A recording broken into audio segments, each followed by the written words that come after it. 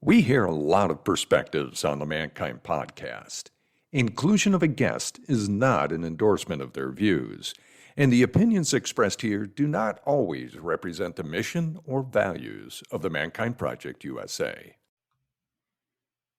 Hey, welcome back. It's Boysen Hodgson with the Mankind podcast. Today I'm going to bring you a very special conversation from our archives. This is a recording from 2015, an off-the-cuff interview with the late Sam Keen and his son, Gifford Keen. Sam Keen, philosopher, theologian, and best-selling author of over a dozen books, including Fire in the Belly, passed away on March 19th, 2025. His legacy is woven deep into the story of the modern men's movement, and in the 1980s and 90s, Sam's work helped drive the growth of organizations like the Mankind Project, that's still going today. He questioned what it meant to be a man, exploring masculinity beyond like old stoic, lone wolf, lone warrior archetypes, and he recognized the ways that patriarchal societies wound both women and men. He challenged men to embrace passion and vulnerability and personal myth as tools for self-discovery. Later in his life, he published a book about working on a trapeze, and he had a trapeze at his house, and he brought people from all over to help them overcome fears through this very beautiful and strength-based work. He was not just a regular guy, right? And the truth, as always, is more complex. So despite being a public voice for father-son healing, Sam's personal relationship with his own son, Gifford, was strained and painful for most of Gifford's life. In 2015, the two of them came together and they co-authored a book, Prodigal Father, Wayward Son, a roadmap to reconciliation. This is a deeply honest, vulnerable book about their journey together toward forgiveness, understanding, and love. So in this recording, you'll hear that journey unfold in their own voices. And it's not tidy. It's not neat. It's not clean and easy. It is a story filled with long-held pain and confrontation and the slow work of mutual accountability. What emerges is beautiful. A living example of masculine initiation, not through drums or fire, but through truth-telling, listening, and the courage to be seen. This is Sam Keen not as a teacher on stage, but as a father, as a flawed human seeking connection. And Gifford as a son willing to walk through the fire of his own stories to reclaim his relationship with the man who helped shape him. So we're sharing this in honor of Sam Keen's life, his impact, and the invitation he leaves us to tell the truth, to listen deeply, and to love fiercely while we can. Welcome to the Mankind Podcast.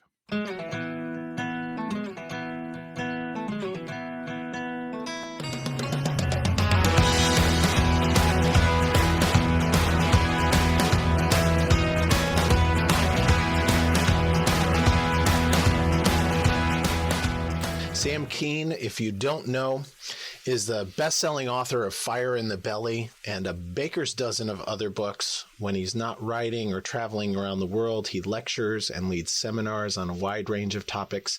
He lives on a farm in the hills above Sonoma, California. And Gifford Keen has had careers as a software executive, a carpenter, a real estate investor. He's the father of a teenage son and daughter, and he lives with his wife in Santa Fe, New Mexico, where he is a novelist. He meditates, practices yoga, and takes long walks in the high country. Sam and Gifford, really happy to be with you. Please say hello. Hey, thanks. Hello, and we're happy to be with you, too. We're looking forward to it. It's always a nice challenge to find out what people ask and if we have anything to say about it. Nice. And I thought that a way that we could start off talking about Prodigal Father, Wayward Son would be to recount a story from the book, because the book is really framed around this narrative of storytelling. And why don't we start with you, Gifford, recounting a story from the book or from your childhood? Okay. Short introduction. One of the things we realized writing this book was that almost all the men we knew, when we talked to them, had 3 or 4, a small handful of sort of mythic stories about their fathers. And these were many, many memories, but only a few of these really primogenital stories that shaped their views of their fathers throughout their lives. Often they happened when they were young. So the story I want to tell, which I'll try and abbreviate, is one of the early chapters in the book. It's called Abraham, Isaac, and the Egg. And it was about one of the key stories that sort of became a lens through which I viewed my father for many years, right up until we wrote this book. So when I was a young boy, very young, we lived in a red brick house on a tree-lined street in Louisville, Kentucky. My mom stayed at home, and my dad taught theology at the Presbyterian seminary. So as you can imagine, religion was very big in our house. And somewhere really early on, I became confused about the exact relationship between my father and God. I never went as far as to think that he was God, but I certainly felt that he and God had a lot more in common than I did with either one of them. And to add to that, he had so many what appeared to me God-like traits, a big voice. He was sort of omnipotent and omnipowerful. And so, while I never did quite think he was a deity, I ended up thinking that he and God had a lot more in common with each other than either one of them did with me. Now, unfortunately for my dad, this did not engender the kind of respect that he would have liked, because I became deeply concerned about Christianity, again, at a very early age. And part of that happened one morning when my mom used to read to us Bible stories, mostly from the Old Testament, before school, a big illustrated book for kids. So one morning she's reading me the story of Abraham and Isaac, and I'm asking questions like, what's a burnt offering and things like that. And she may have been disturbed, but she kept on reading, and there on the last page is this just appalling diagram of poor little Isaac bound on the pier and the pyre, and the knife coming down, and the angel catching Abraham's hand just at the last moment. He's like fighting the angel. And I went to school, and I was really concerned. I mean, this was messed up. Was my dad gonna, slit my throat and burn me to a crisp if God told him to? I didn't know. And the fact that he and my dad and God seemed to be on much better terms with each other than I was with either of them did not help my worries. So, I tried to forget about it and made a strong mental note not to take any long walks with my dad. And that sort of went on for some time. I couldn't quite distinguish between the two of them. But then one summer, an event happened which became sort of mythical story in our whole family, not just for me, but for my sister as well. And this was the incident of the egg. Each summer, my dad used to pack the family up into our old VW bus, and we'd go driving around the country to somewhere or another, camping out. One day we were somewhere, I think, in Middle America. It was flat, probably now covered with GMO corn, and we pulled off the freeway and had a picnic, and afterwards we were sort of walking around not wanting to get back in, and my mom had gone off to take care of her business in the woods. Suddenly my dad calls me over. He says, "Gifford, get over here." And, this was bad. I knew this was bad. I came over, and he's pointing down beneath the wheel of the van, and there's a partially eaten hard-boiled egg laying on the ground. "Gifford, why did you throw your food on the ground? We don't waste food." I said, "I didn't. It's not mine. I ate mine." And he said, "Don't lie." And which I in his defense, I did have a habit of in those days. But, boy, we got into it, and before I knew it, he is just screaming at me, channeling the wrath of God himself, tendons sticking out on his neck, fists clenched. And anyone who's ever seen my dad mad knows that, this is not something to be taken lightly. And at the time, I just, So he made me eat the egg. And I ate it, sticks and ants and the whole deal. It was a lesson, he told me. And my mom came back,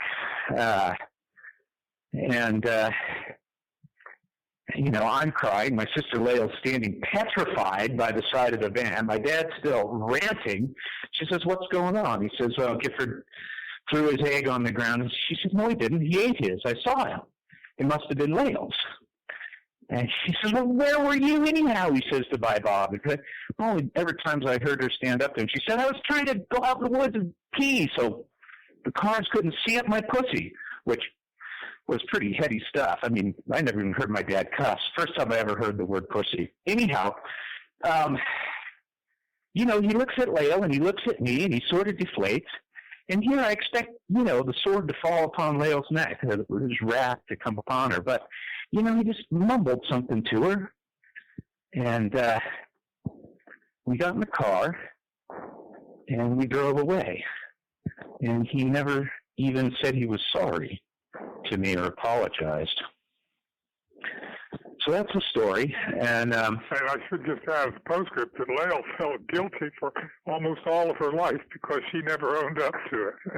I think she still does. I actually think of all of us, it was the most damaging for her. But it certainly became a story that became a primary myth and became a lens through which I saw my father. He'd always told me a man apologizes when he's wrong, and he had this instilled in me, for which I'm really grateful, this tremendous sense of justice. Yet somehow that story said that he didn't live up to his own ideals, and it was something that I, even when I didn't think of it, lived in the back of my mind as the key archetype of how I viewed him. Wonderful. So maybe I'll take over from there. Great. You got to remember, first of all, that I never beat my son. I was never brutal in that way. I was in many ways just a good average parent, and I was doing what a man was supposed to do. My job was to shape up my son, to turn him into a man. And he had certain qualities, that were difficult for me. When he was up in his room at night, he had a thing, and it was dark, and he was afraid and came down and wanted to sit in the bed with us. And I said, no. And men, just tough it out. And he hurt himself, and I'd say, men don't cry. And he wanted to chop this big log, and I said, okay, chop the log if you can. He couldn't chop it. So, it was like he wasn't manning up. And he could be... When I was 5. What? When I was 5, sorry. Yeah, I'm saying it was when he was 5, see, and I was a professional. I was trying to man up myself, so I was trying to get him to man up. And, I remember we were working on the fence out in the back, and we were digging these deep post holes and everything. He said, can I dig one? I said, you couldn't do that. You're not strong enough to do that or anything like that. So I go in the house and come back out about 3/4 of an hour later, and damn if he hasn't dug a post hole so deep we had to fill half of it in again. Sort of gave me pause. But I think a major theme of his growing up was that I felt he wasn't manly enough, and I had to turn him in. All those things that later on the author of Fire in the Belly said was anathema. Be a man, don't cry, buck up. That was my style of parenting in those days, and it wasn't much fun for any of us. Wonderful. And with Lael, you never did with Lael, my sister. No, Lael was different. Girls, they weren't half the trouble. I I couldn't write a book about fathers and daughters, I don't think. We didn't have enough conflict. Interesting. So, but you see, I was an average man in that way. I was doing I was just fulfilling what it was that a man's duty was. I was supposed to make the living, which I did, and I was not supposed to be primarily in charge of raising the children. That my wife did that, and so it was frustrating. Interesting. Yes. So, Gifford, you started us off by talking about these four, half a dozen primary myths that kind of inform and color a lens. You use the word lens in the book for how we see the world. So talk about how, as an adult now, and with your dad in relationship, how that was the background for your relationships.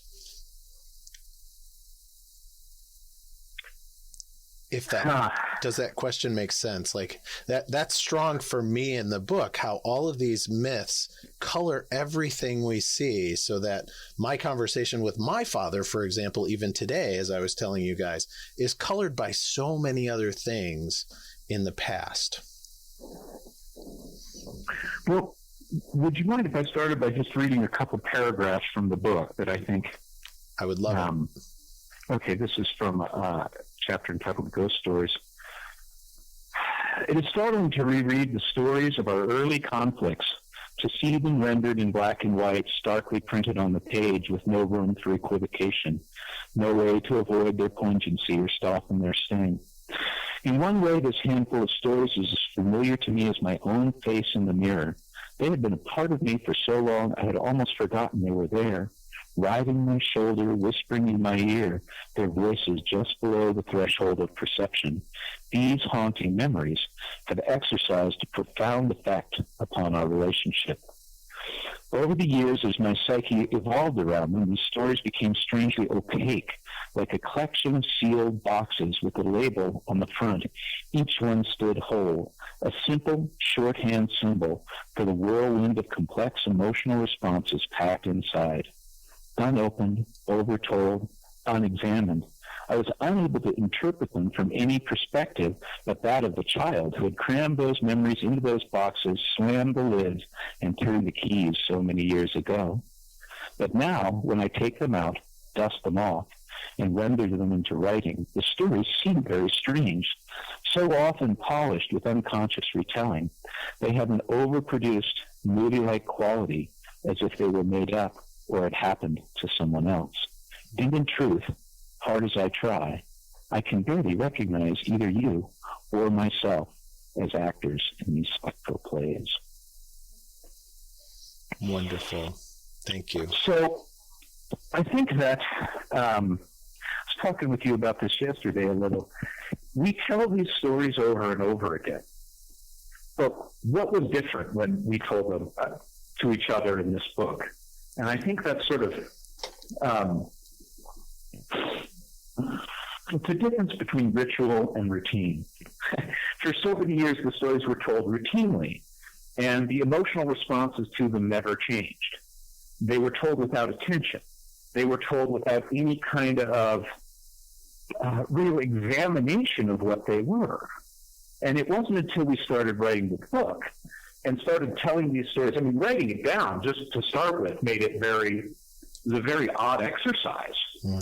But I did it we started telling the stories with really intention and attention. And it was only then, as I say in that paragraph, that suddenly they seemed very strange. So for example, the story of the egg, I had always had this as a story of injustice. The wrong that was done to me and what a bastard my dad was, But then when I wrote it down, in my 50s, now as the father to my own son, the much more obvious question occurred to me, which was, what are you doing losing your shit over a 5-cent egg? Why are you screaming at this kid over this egg? And I asked my dad this question, and it led to a whole set of conversations. about what was going on with him. There was something that came in between those two, which fueled everything. So all along, we're sort of edging toward knowing each other, but there's all this tension, all this fighting, and then we have this, because I was still being the victor and he's the victim, and then everything broke when we had this fight. We had breakfast together, and I was going back to California, and suddenly we were out in the streets of Santa Fe, and before I know it, we were screaming at each other at the top of the. I couldn't quite understand what happened. It turned out, when we thought about it, I was doing the same old thing. I was putting him down, and he was making me feel guilty, and we were screaming at each other, and I didn't know whether we'd ever talk to each other again. And then in a week or so, whenever it was, we started talking to each other again. I think it was Giff who said, "Look, Dad, the reason we're in trouble is we're telling these same old crappy stories all the time, and it's the same old story. You're the oppressor, and I'm the victim. And I think that we need to tell each other some different stories." And he says, for instance, what I want to know about you is how did you become the man you are? And I said, well, that's what I want to know about you, too. So why don't you pick out stories that were important in you coming to be who you were, and you write them to me, and I'll write back to you. And that's how we got this book going. And what happened was once we did that, we realized that we'd stumbled into something that was very valuable and very rare and very unknown. That is, the men's movement that talked about initiation, they talked about drumming, and they talked about all these ritual things that they do, go out in the woods and do that kind of thing. And that wasn't what it was. We said, wait a minute, no. We initiated each other when we began to tell the story. I didn't know who he was. He didn't know who I was. It was in the act of discovering and telling those stories that we began to understand that that's the essence of real initiation. Tell me who you were, Dad. What was it like for you? That's what I needed to know. He did too. I love the way that you wrote about, this was not an easy task to actually really begin to explore this in a conscious way, as you said, Giff, with that kind of presence and ritual aspect. So talk more about vulnerability in this and where you guys ended up. Well, maybe I think start. Yeah, go ahead. I was the first vulnerable one, and then Gifford came back in spades with it. I realized that the things I'd never told Gifford were things I was deeply ashamed of. Ways that I acted during the divorce where I just did not really take him with me, and that I'd never told anybody about that because I was just deeply ashamed. And I realized if I was going to let my son in on what I was about, I had to tell him those stories, and that was very painful. And then you go ahead, Giff, about yours.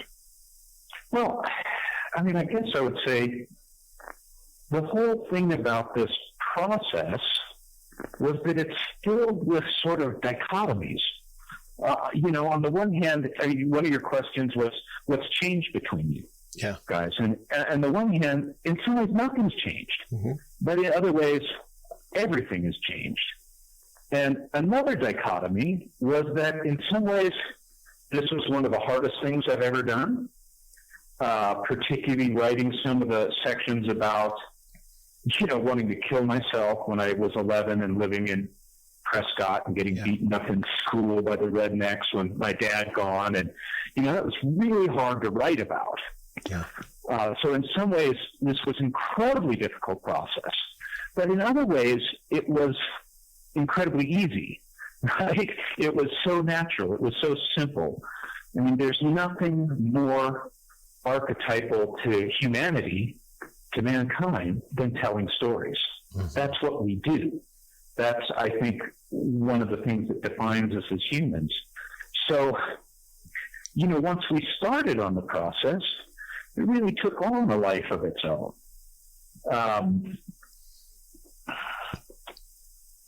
Very nice. Yeah. And, maybe let's go to the absolute heart of the thing and then come back to it.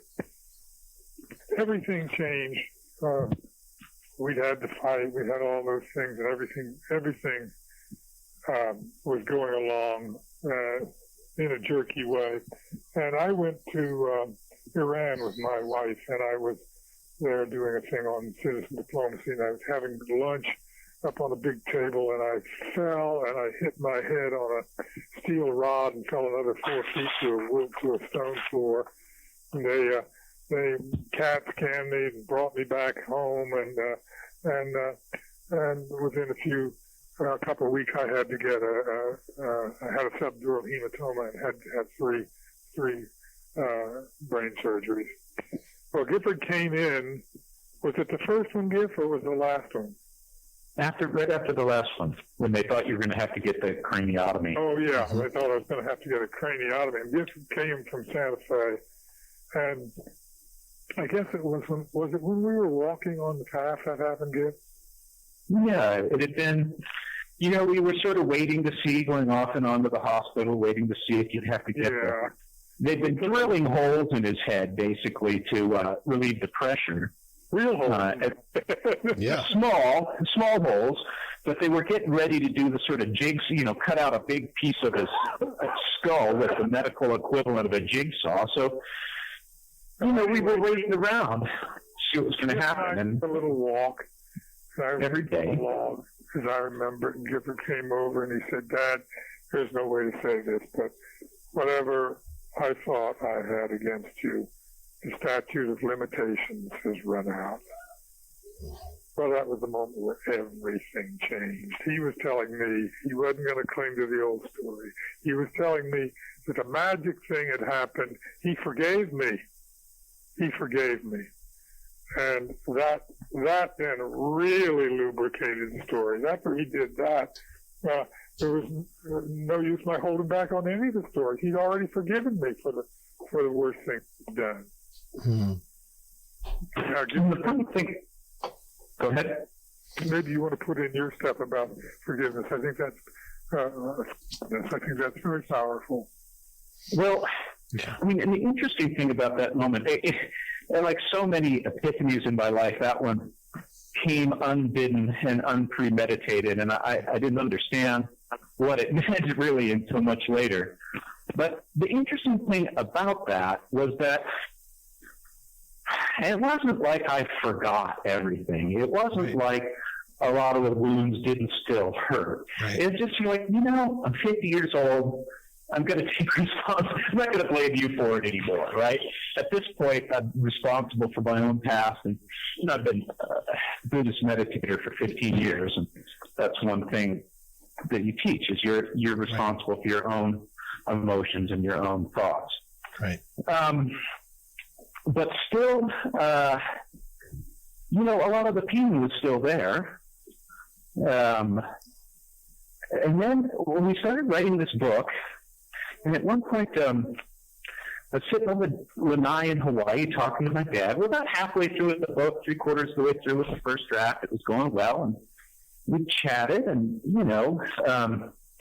just as we were getting ready to hang up, he says to me, "Well, I'm having one trouble with the book, and I'm kind of having trouble." I said, "What's that?"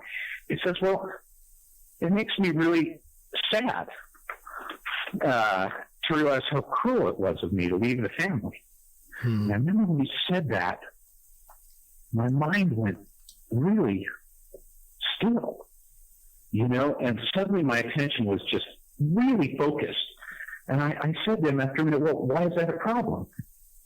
He said, "Well, it makes me kind of sad." And, then we hung up, and it wasn't until afterwards, I just was sitting there stunned, and I realized I'd been waiting 40 years to hear those words, because after he left, and by the time I was a teenager, he'd call on the phone, and he'd tell me how bad he felt, and sometimes he'd cry, and he'd say how lonely he was, and, I'd hold the phone out from my ear, just waiting for that, break in his tone so I could hang up. I didn't want to hear it anymore. Right, I was sort of pissed, and for years afterwards, this whole purgatorial period we had where I was grown up and I was doing well, and on the surface everything was great between us, but underneath there was this constant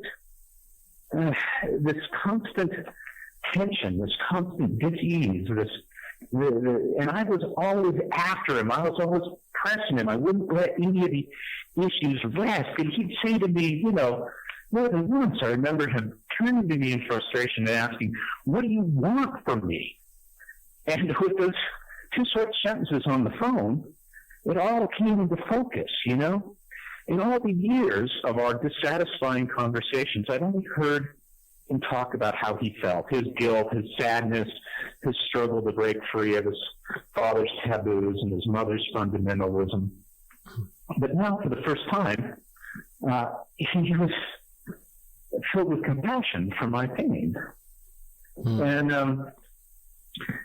the father-son injuries of my childhood haunted me for years. And I really didn't, even after I had taken responsibility, stopped blaming them for them, I never really expected to be free of them. But when I had my son, and he and I became so close, that changed a lot.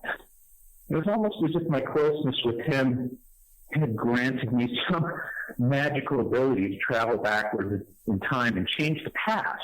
Mm-hmm. And the resentment and bitterness that I felt for my dad for so long eroded, and all the happy hours with Jasper, my son, sort of overlaid the memories of his disapproval and his absence, leaving in its wake this sort of comfortable sadness.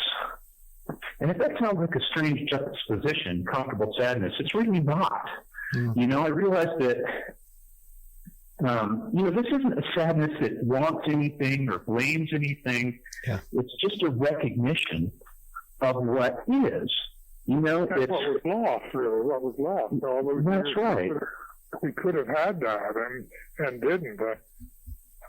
Well, and I felt that sadness so much more for you than for myself, right? That you and I never knew the sweetness between a father and a young son that with Jasper has been one of the really peak experiences of my life. Tell there about your experiences that maybe I didn't forgive you because I didn't. Oh, God. Yeah. So, we're almost done writing the book. We've actually finished it, and we started, and then still something seemed missing. So one of the things, as I get older, particularly as I look at family relationships and especially relationships between parents and children, I really have a hard time understanding concepts of blame. Who's to blame for what? It's very complicated and it doesn't seem to work. But I'm also increasingly impressed by looking at things as a system of positive and negative feedback loops. Right. Right? Yep. And if you look at things that way, it becomes pretty obvious that, everyone, first of all, things are easier to stop. And for another, it becomes, pretty clear that everyone has their own part to play in it. Okay, so I've always thought of that. Let me read a quick paragraph. Tell them about your realization. I will. Just let me read this. He can always edit it all out later, right? I'm not editing it. I'm not going to edit anything out. No, too bad. In the early years, our relationship was like the Vietnam War. You were the Americans. There was no way I could stand against your military might. I was simply outgunned. Your razor intellect was a helicopter gunship I couldn't hope to fight from the ground. When I tried to dig in, you brought out the heavy artillery of righteousness and authority. And when all else failed, you scorched my jungle refuge with the napalm of your rage. But I was the Viet Cong. You could never pin me down or root me out. I dug pits of dishonesty for you to fall into and planted the sharpened pungy stakes of indolence in the ground. I buried landmines of malingering and sloth on the trails you traversed, waiting to explode the shaky image of your manhood with my cultivated inadequacies. I infiltrated the haven of your heart and struck you down with guilt, from the only quarters you believed safe. So, when I actually realized how much of a part I had played in this, conscious or unconscious, when I was gunning for him ever since the age. Ever since I was 3 years old, I was gunning for him, man. Mm-hmm. And, but we had this unconscious narrative of him as the oppressor and me as the victim. And of course, the victim can always justify any sort of atrocities, right, as just self-defense. And I realized that I had my share of atrocities, that I had been really cruel to him, and I went in one morning, and Jasper, my son, hops up and he gives me this big hug. And he says, Dad, I love you so much. You're the greatest, man. And it just lit me up like 1,000-watt light bulb. And I thought, I never gave that to my dad. Mm-hmm. I always withheld that from him. And, it made me feel really bad. And so I wrote to him and I said, look, for this process to be complete, you also have to forgive me for the atrocities that I perpetrated on you. And he wrote back and he said, oh, yeah, that's right. You used to flip me the bird, and I tried to take a picture, and you smoked too much dope, and you didn't like to shower. And I wrote back to him and I said, no. That's not what I'm talking about, not the picadillos, And I think that I said, I don't think you have ever been able to admit how much it was that I hurt you, right? And that was a big moment, I think as men, we're supposed to be tough. Right. How many times do you see like a little kid fall down, a boy, fall down hard, hit him, he hops up, fighting back tears and say, that didn't hurt, mm-hmm. right? And so that was one of the sort of final breakthroughs in the thing, wouldn't you say? Yeah, but something changed. You'll notice in the book too, something changed. We've been telling, in a certain sense, the atrocity stories and about how we blamed each other, and we've been dealing with the dark stuff. Once we began to really deal with the dark stuff, a whole different mood. I mean, this book, more than half of it is quite joyful and lighthearted. When I start telling him my stories about being a man, about how I manned up, and he tells me, and I tell him stories about what it meant to face fear when I was skin diving on a wreck, and he's telling me about what happened when he was on a cliff, and that one got cut actually. It was? That one got cut from the book, but yeah. And all of the kind of wild things that we had done and that were important in making us the kind of men that we were. I mean, he'd been in a job where he was making six figures a year, and he quit that job because it wasn't what he wanted to do. He wanted to raise his kids, and I had been a full professor with tenure and everything, and I quit that. And we had a lot more extraordinary stories to tell about what we did on our own to become a man, and it was sharing those that in some ways I began to get a lot more new respect for what he did, and I think he did for me. So, and I think. Go ahead. Yeah, well, just that, that's when I almost want to say triumphant stories began to emerge, and not the stories of telling these stories. We didn't need forgiveness from each other. We just needed an audience. You say, you did that? Tell them, what was that like, Dad? And everything by that time had changed. The mood had changed between us so radically, from first his forgiving me, and then my realizing that I had to forgive him. I had longed for what is the affection that he could have given me, and then everything changed. Yeah, and I think that's an example of how everything changed and nothing changed. I mean, all those hard, dark stories we told are still very much part of us. They always will be, right? But through the telling of them and the sort of demythologizing of them, they stopped being the only way we could perceive each other. We still, those things are still real. Mm-hmm. We still perceive each other in those ways. A tiny example of that. Giff was supposed to go climbing with a friend. His friend bugged out on him, and he says, "So I said, let's fly to Hawaii for 4 or 5 days." So we do that. Just we're out there, free diving and everything else, and we've only got about 20 minutes to go before we have to go and catch our plane. And here we look down into the depths, about 20 feet down there. Honest to God, the nearest thing you ever saw of a mermaid. This beautiful, beautiful Asian girl with long flowing hair. And she must have been able to hold her breath for 3 minutes, because I don't think we ever saw her surface. We went down there and swam around her, came back up, and swam the shore. I said, "Giff, did you see that? You see how she was looking at me and everything?" Giff said, No, Dad. She was looking at me, not you. She was definitely beckoning to me. Beckoning to me. He still doesn't admit she was beckoning to me. But I would have gone too, but I was afraid I'd never come back. But we could have all kinds of differences of opinion. They never escalated. But it wasn't also a perfect kumbaya. I mean, even in writing this book, we would reach sometimes where we would have minor screaming fits at each other, but it would only be maybe 5 minutes, and we didn't hold on.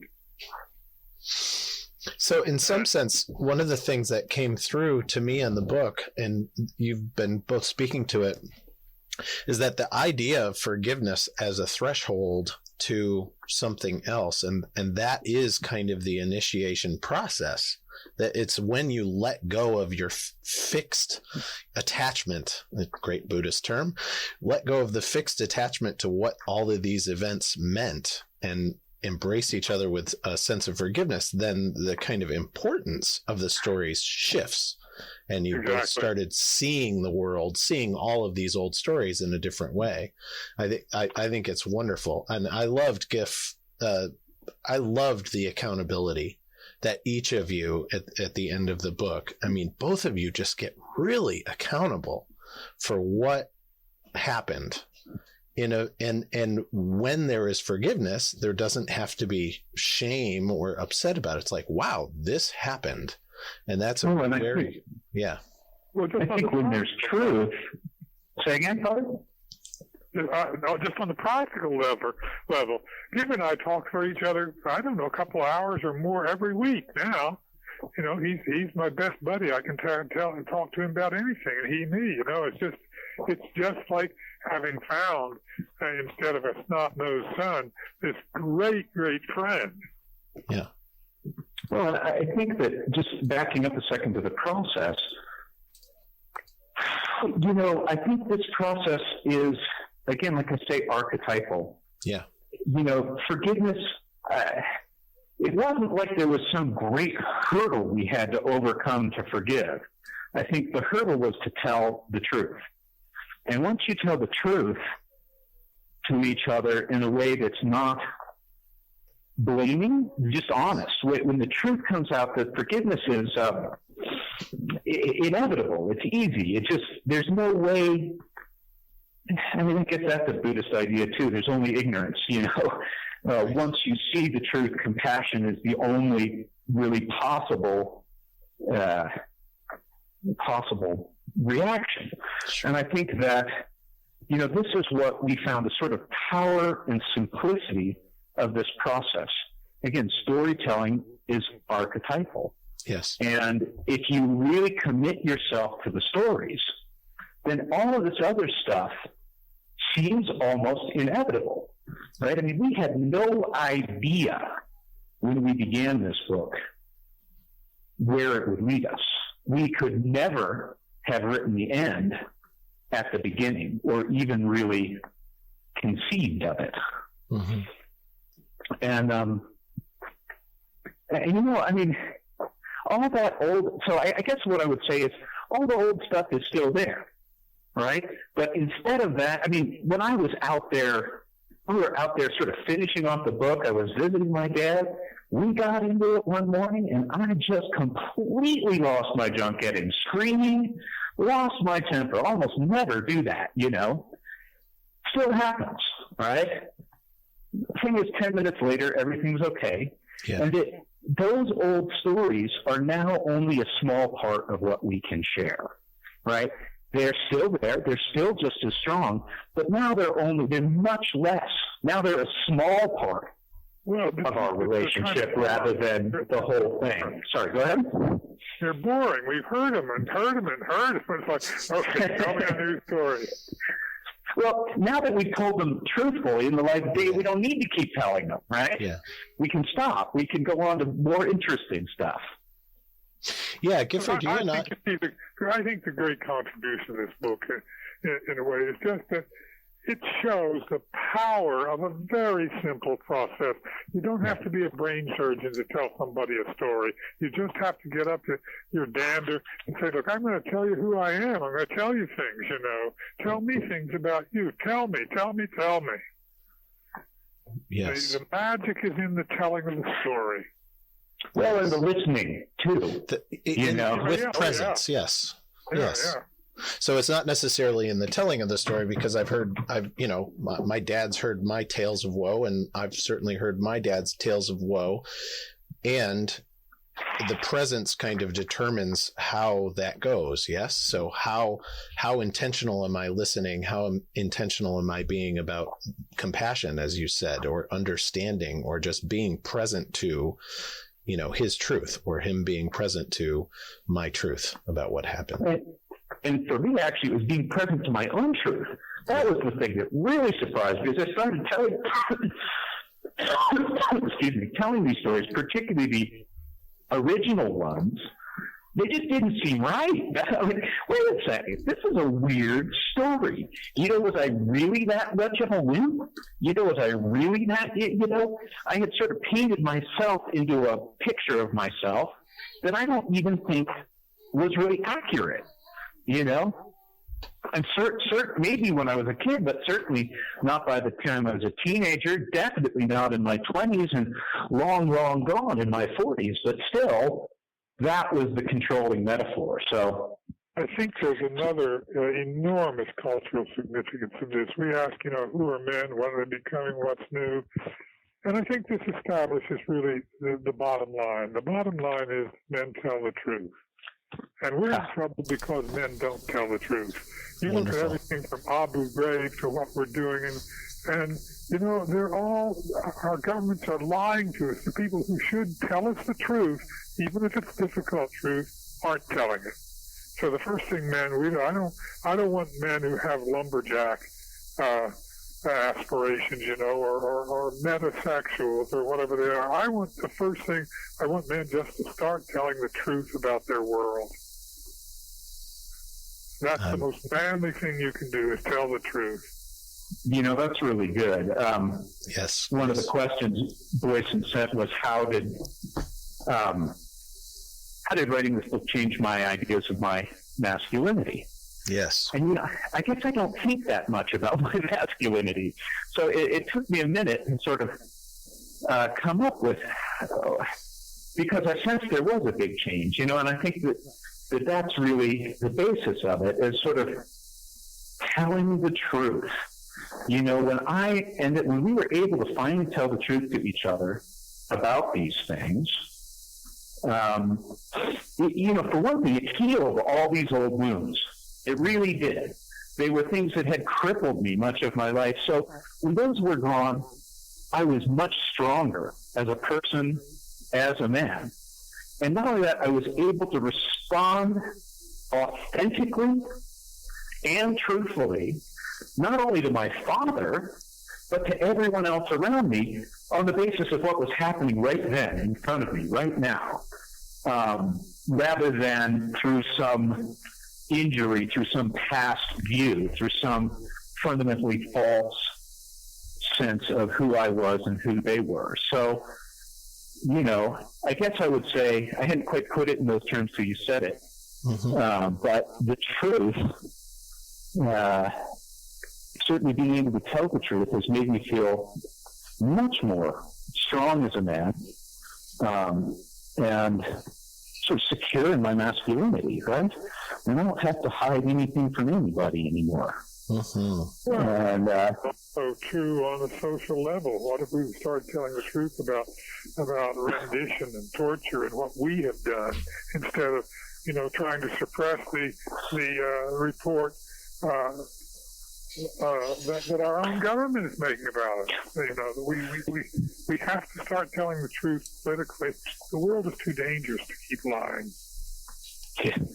Wonderful. And it's something that resonates very deeply for me, being involved with the Mankind Project and the work that we do. In the New Warrior Training Adventure, our program, one of the very first processes that happens in the New Warrior Training Program is called accountability. And that sets the stage for the entire weekend. And that is absolutely about that fundamental truth telling. Without shame, without blame, we're not going to attack you. We're not going to tear you apart. Learn to tell the truth and take responsibility for your actions and your choices, and the consequences, intended or unintended, of that telling the truth or not telling the truth. Very good. So, Sam, has this experience, this reconciliation experience, had any impact on your views on masculinity? Truth-telling and integrity is something that is certainly part of Fire in the Belly. Has this shifted anything for you? You asked me that about how it changed. It has not changed my ideas. Yeah, it's changed me. I mean, it's sort of like you go back to Fire in the Belly and say, what is a good idea that men don't say, man up, and men don't cry? I say, yeah, I wrote it myself. Right. Well, did I do it? Well, not how I do it, but that's the great thing about being a writer. Sometimes, at long last, you learn the truth of your own ideas. Beautiful. There was I said a moment. Sorry, go ahead. So no, it's been more coming of letting those things seep deep into me and change my way of being.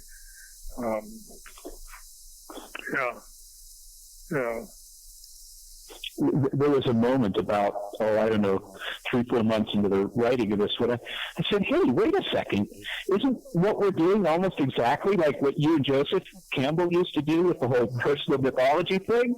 And you were like, oh, yeah, I guess it is. We just sort of had never occurred to us to apply it to ourselves. Yeah. Wonderful. Yes. So you guys created your rite of passage through this. Yes, through this telling. Inadvertently. Yes. That's wonderful. This is going to replace all those drums the men were beating in the wilderness. So I have some attachment to those drums beating in the wilderness as part of a ritual. Well, beat the drum slowly and tell the story slowly. Can you say that again, please? Beat the drum slowly and tell the story slowly. That's, yes.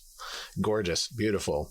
So I want to get to the end here. We've been about 50 minutes. I'm feeling really grateful and happy. The book has impacted me. I can't wait to share it.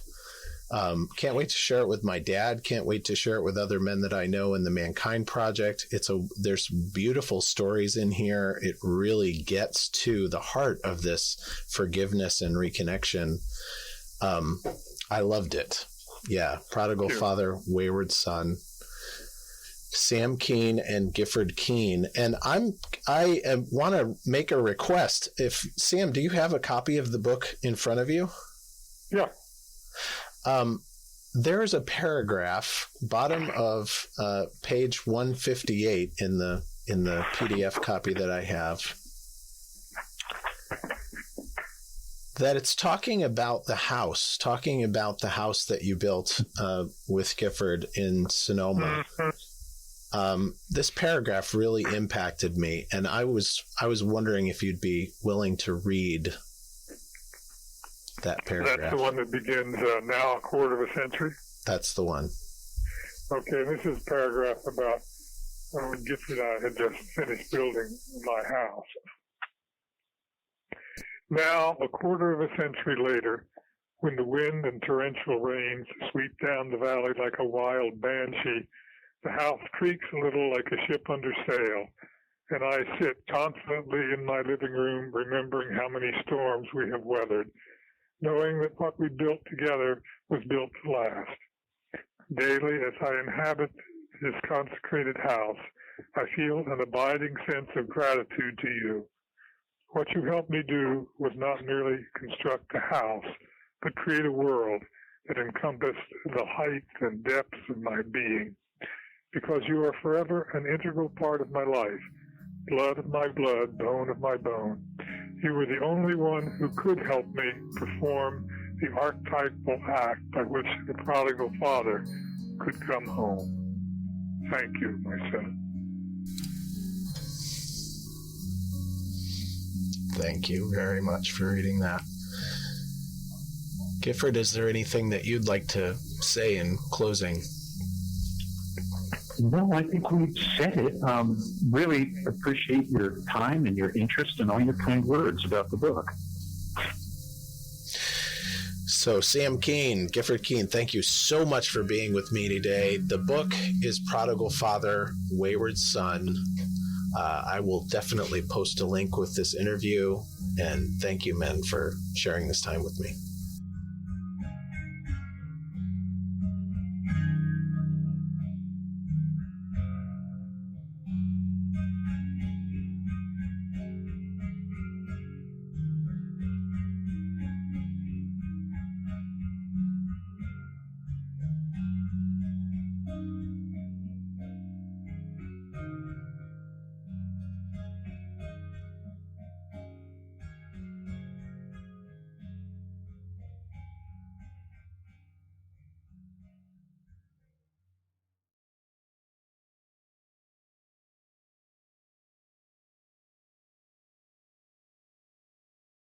This has been the Mankind Podcast, produced in association with the Mankind Project USA. And of course, I want to thank you, the listener, because through your attention and your support, you make it a heck of a lot easier for us to let men out there in the world know that they are not alone and that there is more than one way to be a man. And if you've been enjoying the music throughout this episode and all of our episodes, check out Jim, Donovan, and the Sun King Warriors. I have links to them in the show notes. Now, the fee for this episode is simple. If you found gold and insights that you believe could benefit your loved ones and those you care about, be sure to share it with them. And of course, remember that life doesn't happen to us, it happens for us, so long as we rip the pen out of fate's hand and become the author of our own story. So, my friend, pick up the pen, and we'll see you next week. Lots of love.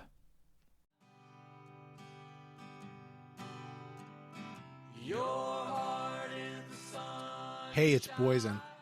On the Mankind Podcast, we've brought some incredible guests on to talk about the importance of doing the work to improve our mental and emotional health. And here's the truth. Multiple times over the last 25 years, I've had the help of one-on-one work with some amazing therapists. For me, for my wife, for both of us as adoptive parents, and for our kids. The Mankind Project and Men's Group, though awesome, are not a substitute for professional mental health support. And so I'm thrilled that the Mankind Podcast now has BetterHelp as a sponsor for the show. BetterHelp works online.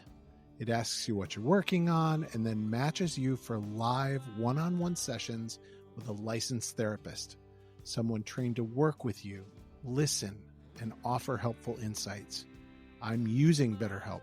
It's super easy, and I like what I'm getting. If getting one-on-one support in the comfort of your own space feels like a good direction for you, I invite you to check it out.